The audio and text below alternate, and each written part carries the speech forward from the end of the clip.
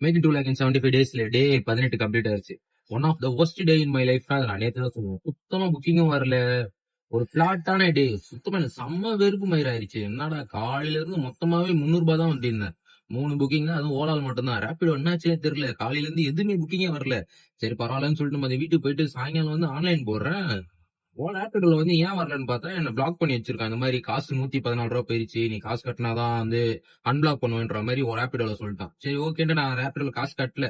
ஏன்னா நான் ரேபிடோல காசு கட்டு நேற்று ஓட்டி இருந்தாலும் ஒரு புக்கிங் ஓட்டினாலுமே மறுபடியும் 29 ருபீஸ் சார்ஜ் பண்றோம்னு சொல்லிட்டு நான் அதை ஓட்டல. நான் அதை விட்டுட்டேன், நாளைக்கு காட்டிக்கலாம் அப்படின்னு சொல்லிட்டு ரேபிடோ ஓலால மட்டும்தான் ஓட்டினேன். ஏன்னா நான் காலையில 3 புக்கிங் ஓட்டினேன், ஈவினிங் போயிட்டு ஒரு புக்கிங் தான் ஓட்டினேன். அதுக்கப்புறம் செம மழை வந்துச்சு, மழை வந்துனே இருந்துச்சு, புக்கிங் அதிகமா வந்துனே இருந்துச்சு. பரவாயில்ல நல்ல டே போல நினைச்சிட்டு ஓலால எடுக்கிறேன் போறேன் கேன்சல், எடுக்கிறேன் கேன்சல், எடுக்கிறேன் கேன்சல். செம்ம விருப்பாயிருச்சு. ஈவினிங் ஒரே ஒரு புக்கிங் மட்டும் தான் நான் ஓட்டினேனே, மத்த 8 புக்கிங் எனக்கு விருப்பாயிருச்சு. ஒரு கட்டத்துக்கு மேல எனக்கு ஓட்டணுன்ற ஒரு மைண்ட் செட்டே வரல. எத்தனை மணிக்கு 6 மணிக்கெல்லாம் எனக்கு 5 மணில இருந்து 6 மணிக்குள்ள 8 புக்கிங் கேன்சல். ஓலால 4 புக்கிங் ஓட்டியிருக்கேன், ரேபிடோல 0. மொத்தமா 429 ரூபாய். மொத்தமாவே அவ்வளவுதான்.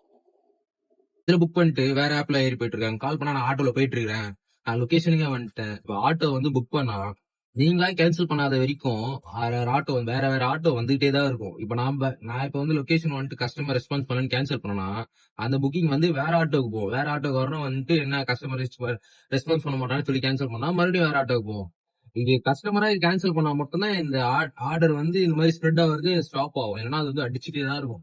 ஃபர்ஸ்ட் வீக்கோட ஏர்னிங்ஸ் பயங்கரமா இருந்துச்சு. நானும் அதை நம்பி ஓகே இந்த எல்லா வீக்கும் அப்படிதான் இருக்கும்னு நினைச்சா நான் மட்டும் மேல இருந்து அப்படியே கீழே போயிட்டு இருக்கேன். ஸ்டாக் மார்க்கெட் மாதிரி மேல இருந்து அப்படியே கீழே போயிட்டே இருக்கேன்.